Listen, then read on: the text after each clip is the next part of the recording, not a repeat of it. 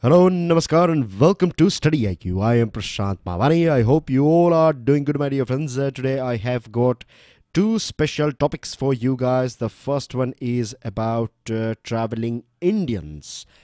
It's going to be a little bit different topic today, and the second one is about Ram Mandir and politics that's associated with construction of Ram Temple.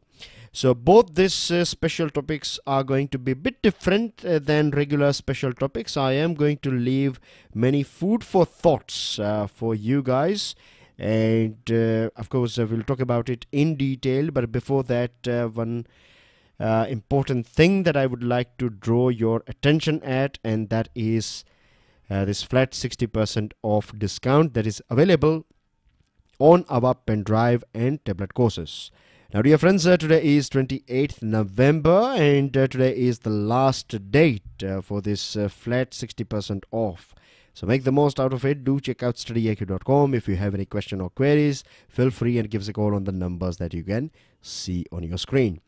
Now, India has become more mobile than ever before.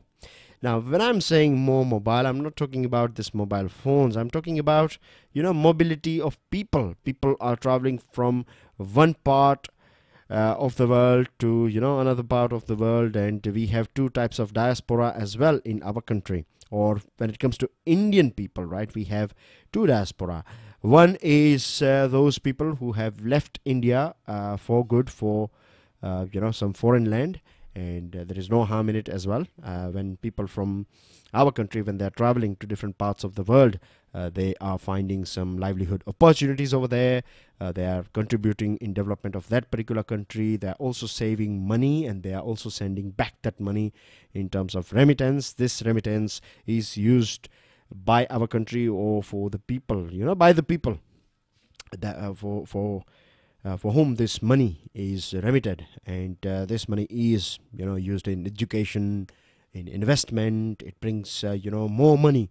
We get more money in remittance. India receives more money in remittance compared to FDI. FDI is somewhere around 35 billion dollar, and if you go through remittance, then it is somewhere around 80-90 billion dollars. So huge amount of money is coming from various different parts of the world into our country, and this money is remitted by all those Indians, all those NRIs, right, living in different parts of the world. So of course we need to appreciate this fact as well.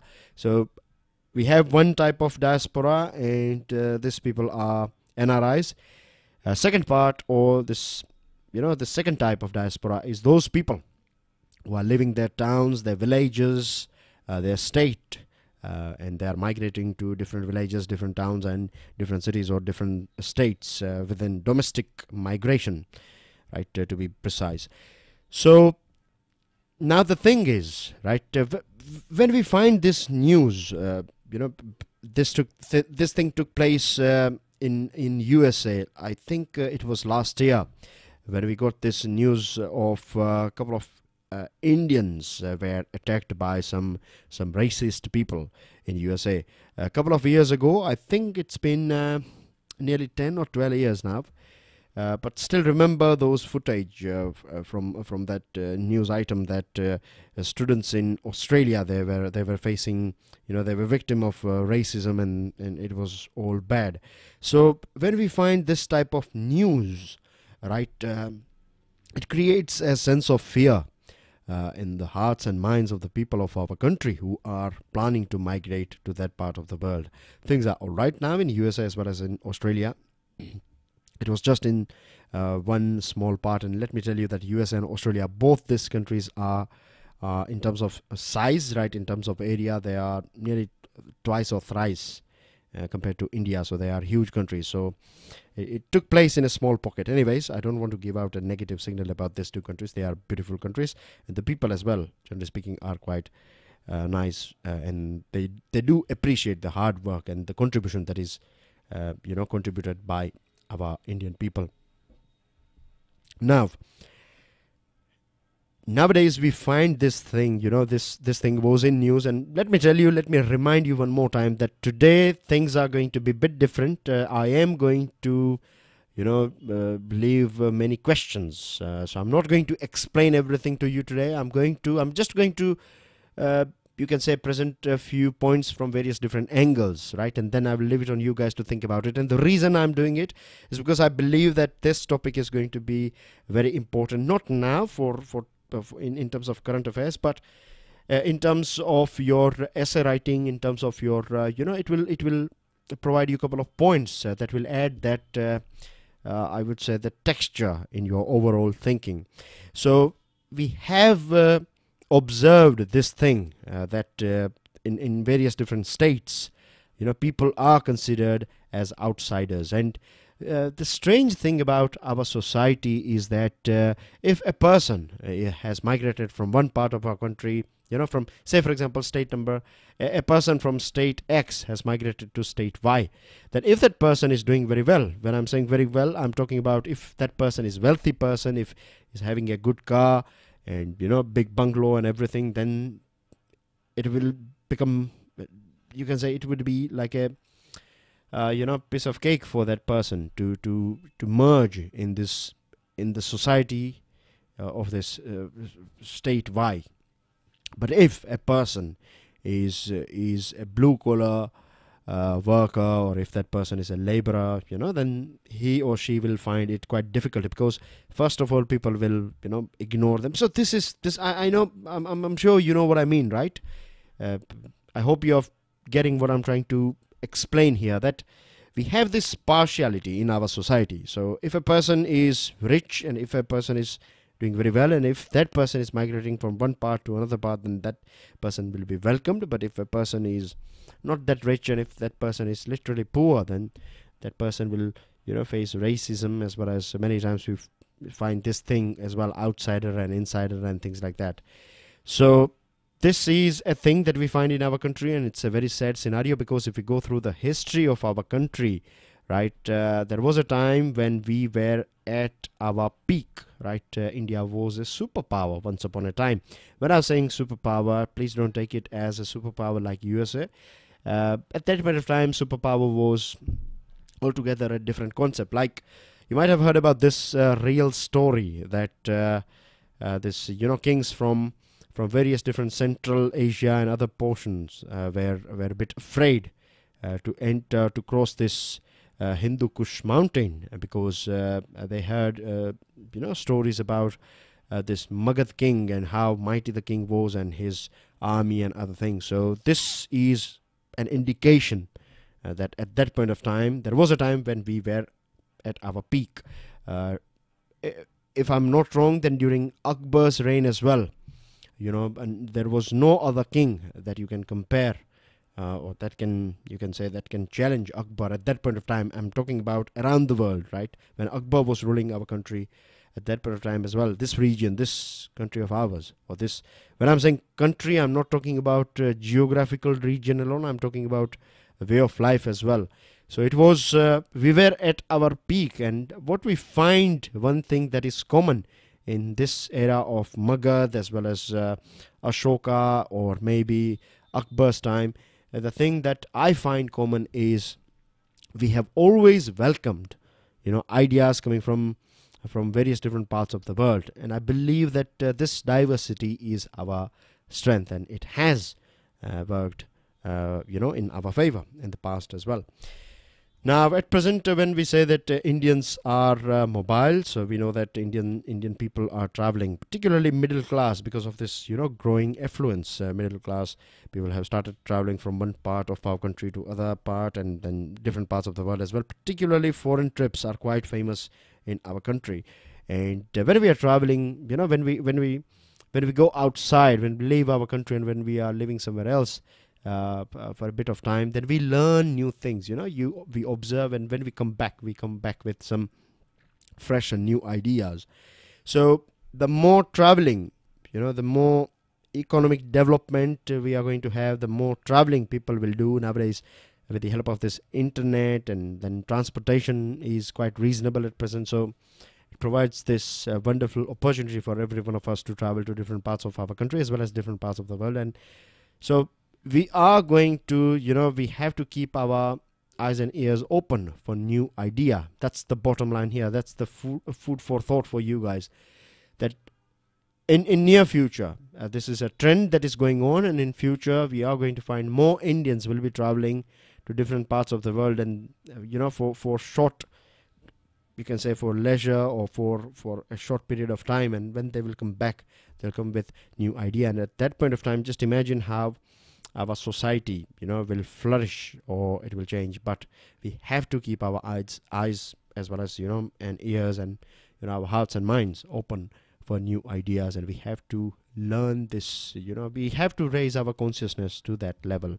So I hope things are making a bit of sense here at present. And at present we have this liberalized remittance scheme, LRS, and Indians can now legally take out of the country as much as $250,000 annually per individual. And this is one of the main reason as well, one of the reason why people are traveling, people prefer to travel abroad, because now this cash or the money that you can take out of India is the limit is 250,000, which is not a small amount. So I'm not saying that every person who is traveling out of India will be carrying this much money, but it gives you that there are people who are quite posh in our country, and for them 250,000 is a good limit. So here I have this special topic for you guys, and I'm sure it's a bit disruptive, and that's how it should be. It's going to be a bit disruptive, so think about the things that we have talked about. And now I have a second topic, and now I want you guys to relate things, not now but later on, once we are done with it. Then you can take out your time and take out 10-15 minutes and think about the things that we have talked about, right? So Mandir Masjid issue, this Ram Mandir or Ram temple, and then on the other side you have Babri Masjid issue and things like that. So the thing is, religion is a thing, I believe, if you ask me personally, then you can talk about religion anywhere, anytime, right? There should not be any clash at all. That's what the core meaning of religion is, that you can talk about it anytime you like. But a strange thing that we can observe now in our country is that there are various political parties, and let me clarify this thing. I'm not talking about just BJP, I'm not talking about just Congress, I'm not talking about any XY. I'm talking about every political party. At various point of time, they do play games with these fears that we have in our minds, right? When it comes to religion, they know how to exploit things, because religion is, people take it as part of their identity, and it's very sad as well, because anyways, I'm not going into all those details, but let me tell you that if I tell you something, then you won't feel that bad. But if I touch that button that is part of your identity, if I say something about your caste or family or surname or religion, then that's a thing that is part of your identity, and that will make you feel bad. You know what I mean? So that's what it is happening. There are a few political parties, or when I say few, I mean to say most of the political parties are using this card. And the reason why we need to observe this particular thing, and when I say we, I'm talking about you guys, right? As a student preparing for Civil Services Examination, it's very important that you observe this sort of things that are going on in our country, because it is part of your syllabus as well. Now you'd be wondering how it is part of your syllabus. You have this paper in which you have a constitution, isn't it? So what is constitution? Constitution is, of course, a document. It's one of the supreme document that we have in our country. You can call it a national book of our country as well, if you like. So constitution is a written document. Then you have governance, right? That is also part of your syllabus. And then you have polity. So there's things that are going on, right? This is part of polity. It's the more, you can say, practical side of things, right? How constitution is implemented. There are a few, you can say, gaps, and these gaps are, many a times we find that there are people out there, they are ready to exploit these vacuums and these gray areas. And the sad thing is, we have one minister. I'm not talking about a BJP leader here, just BJP. He is from BJP, But I'm not concerned about BJP or Congress. I'm talking about a minister. Now, minister is a person, right, who takes this oath, and that person has to look after, after his main job is to look after and to represent all Indians. Once you are minister, if you are, say, for example, MP, you're going to be a MP from Congress or from BJP. So you could be representing a person's view who is supporting Congress or BJP. That's fine. MP is different thing. But when you are minister, you belong to the whole country. And when a minister is giving this sort of statement, then that's very sad thing, right? Hindus are running out of patience on the Ram temple issue, has been said by this minister. Now, party, they can do whatever they like, right? But government of India cannot misbehave, right? That's a very important thing that you have to understand here. And I'm not just talking about this current government, I'm talking about overall government, right? So keep that thing in mind as well. Now we have one more chief minister, or you can say a minister, who is representing people, who belongs to this whole state of Uttar Pradesh. The chief minister of Uttar Pradesh, Yogi Adityanath, he used this words, that he said that he will deliver good news on Diwali. Now you have this pure political statement coming from a political party, right? That you have this Bhaiyaji Joshi, and he has said that his organization said the organization is ready. This RSS is ready to carry out a 1992 like movement for the mandir. So this sort of means this person can speak because he is not in power. He is not representing Indian people, right? He is from one party, RSS, or he is from one organization. But here, Yogi Adityanath is chief minister, and this person here, Giriraj Singh, is a minister. So we don't expect this sort of things from our ministers and our representatives. The other thing is, this is something, this sort of statements are quite common nowadays, and it's not just in our country. It's a sort of wave that is going on different part of the world. Across the world, we find that politics of emotion is quite hit at present. It's a sort of successful. It's a thing. It's in trend, if I can put it this way. This politics of emotion. So when I say emotion, I see that they, when it comes to religion, they will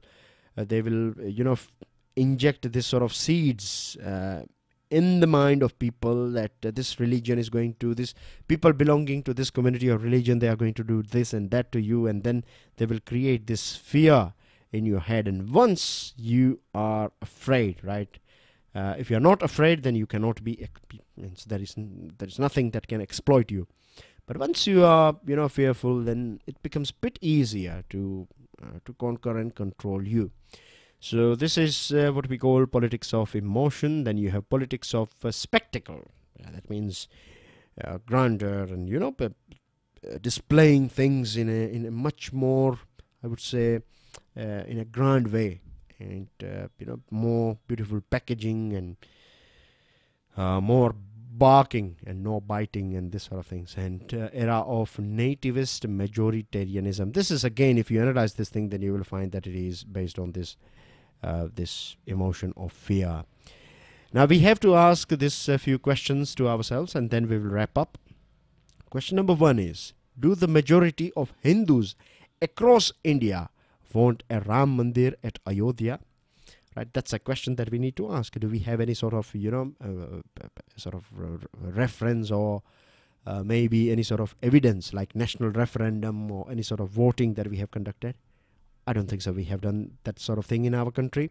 The second thing is, just imagine, even if we accept that all Hindus want Ram temple in Ayodhya, then do they really want it in aggressive manner? Is it this idea? Do you think it is supported by all Hindus or across the board? We can easily answer this thing. Certainly not, right? We don't want for religious temples or maybe mosques or any sort of religious place, we don't want to see blood. Enough blood has been shed in the name of religion throughout the history. So these are a few things that are a bit disruptive. I can understand this thing right now. I will leave it on you guys, right? If you can find a connection between traveling and more secular society, more open society, and polity. There are so many things that we have talked about. Right, so let's move on to some news items. So now we have a very good news item coming from Singapore, and we have this Simbex 25th edition of Simbex is going to take place from 10th to 21st November 2018. This time it is scheduled at Andaman Sea and the Bay of Bengal. Let me show you where Singapore is. If you are a regular student, then you will be aware about Singapore, because I believe it's been a month now, but we have talked about this Singapore in terms of, I think it was tourism, right? I provided you a map and a picture of Singapore as well. So here is Singapore, right? It's a small nation state, a very tiny nation, but in terms of development, in terms of tourism, in terms of facilities and other things, they are far ahead. So this Singapore is of course part of this region here. This region is known as Southeast Asian portion, and this region here is known as South Asia. So together, India and Singapore, from last 25 years, we have been engaged with each other in this Singapore-India Maritime Bilateral Exercise, also known as SIMBEX. What began as a modest endeavor to exchange best practices in the field of anti-submarine warfare. At present, it has evolved into a complex high-stakes exercise. It's very important for us. It's very important for Singapore as well. Both our countries and relationship between both these nations are at its peak at present. Both countries have full calendar of more than 20 bilateral mechanisms, dialogues and exercises, many of which take place annually. November 2015, we raised or elevated this relationship to strategic partnership. June 2018, that is this year, during this Shangri-La dialogue, on the sidelines of Shangri-La dialogue, PM Modi as well as PM Lung, we have inked many agreements, including those under defense and strategic partnership. 2017's Simbex took place in South China Sea, and this year's Silver Jubilee is a big celebration for both the nations. The Ministry of Commerce and Industry has got a news item for us. It's about exports, and food and agro bioseller meet is taking place in Jeddah, that is in Saudi Arabia. Here is Saudi Arabia for you guys. It's part of this West Asia, of course, and Saudi Arabia is a very important country for India as well as for the whole world, because it is number one producer of oil and gas in the world. Particularly oil, it is number one in the world. So in this way, Saudi Arabia is important. Then we have this historical relationship as well, right? Arabic people used to come here even before the establishment of Islam. They used to come here in our country to do this trading and stuff, and then we have Indian diaspora living over there. So these are a few, you can say, colors of this spectrum of this relationship between these two countries. Now our exporters are over there, and we are trying to, you can say, present these four key commodities: rice, tea, spices and dry fruits. The four commodities being focused on have great prospects for furthering Indian exports to Saudi Arabia. Saudi Arabia is a major food and beverages market for our country. Basmati rice, I'm going to provide you some figures here. So for basmati rice exports, right, we are number one country, and 72% of overall basmati rice in the world, 72% basmati rice is produced by us. Indian tea is considered as one of the finest in the world. In terms of production, we are number two. In terms of exports, we are number four. Tea in the world, we have 23% share in global production belongs to us, and 7.5% share in world tea exports, right, that belongs to us. We export tea to some 60 countries, and when it comes to spices, right, they have this exquisite aroma, texture and taste, and India's export to Saudi Arabia was worth 5 billion US dollar in 2017. Imports are a bit higher, $21 billion, because we import oil from Saudi Arabia. So now we have this small update, and the only thing that is important here is this thing, that Land Ports Authority of India and Border Management Division are under Ministry of Home Affairs. Keep this thing in mind, right? Just in case if you find this type of MCQ in your examination. So it was about this integrated checkposts that we are building, and there are 7 ICPs, right? And a total approved expenditure is 700 crore rupees for this 7 ICPs. Now here we have this, you can say, this challenge, and I'm not that much happy with the name here, but anyways, this is the official name, so we'll go with it. Global IT Challenge for Youth with Disabilities 2018. It was inaugurated by Minister of State or Junior Minister Shri Krishnan Pal Gurjar.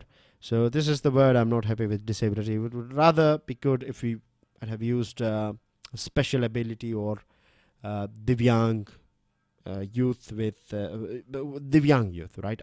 Global IT Challenge for Divyang youth, or specially youth with special abilities.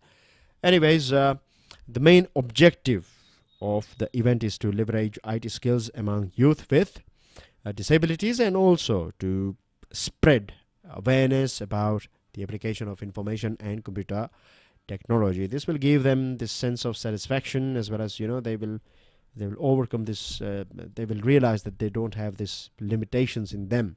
They have that talent in them too, and this sort of platforms are quite, you can say, they bring out the best out of these kids. Last item of the day is Vice President's visit to France. He was there for this inauguration of First World War Memorial constructed by Government of India in France. Indian soldiers took part in World War I, and almost 100 years back on the same soil, right, in this border town of France. Cavalries from Deccan Horse and, you know, Hodson's Horse, Pune Horse, Central India Horse, and 18 cavalry had charged at German positions during the battle. And we were not directly involved in this World War I, but because we were under this British Raj, our soldiers took part in this World War I, and our contribution can never be forgotten. Those brave soldiers who took part in this war, right? This war that they have fought with valor and distinction, and of course it was for peace, right? It was for peace, and it was about standing with the right people and right country. So 1.3 million Indian soldiers took part in this World War II. 1.3 million, 13 lakh Indian soldiers took part in this overall World War I. And Battle of Cambrai is quite famous. With this, dear friends, whilst addressing our Indian diaspora in France, Venkaiah Naidu ji said that peace is the only prerequisite for progress. Without peace, you cannot have progress. He also, applauded this contribution of NRIs, or people or Indians living in France. We have contributed in science and technology, industry, agriculture, art, culture, governance, politics. He also talked about Rabindranath Tagore connection. He talked about Madam Bikhaji Kama and J.R.D. Tata's connection, with these strong links that they used to have with France. So that's everything in today's discussion, right, dear friends. I'll see you tomorrow. Till then, enjoy your studies. God bless you all. Jai Hind.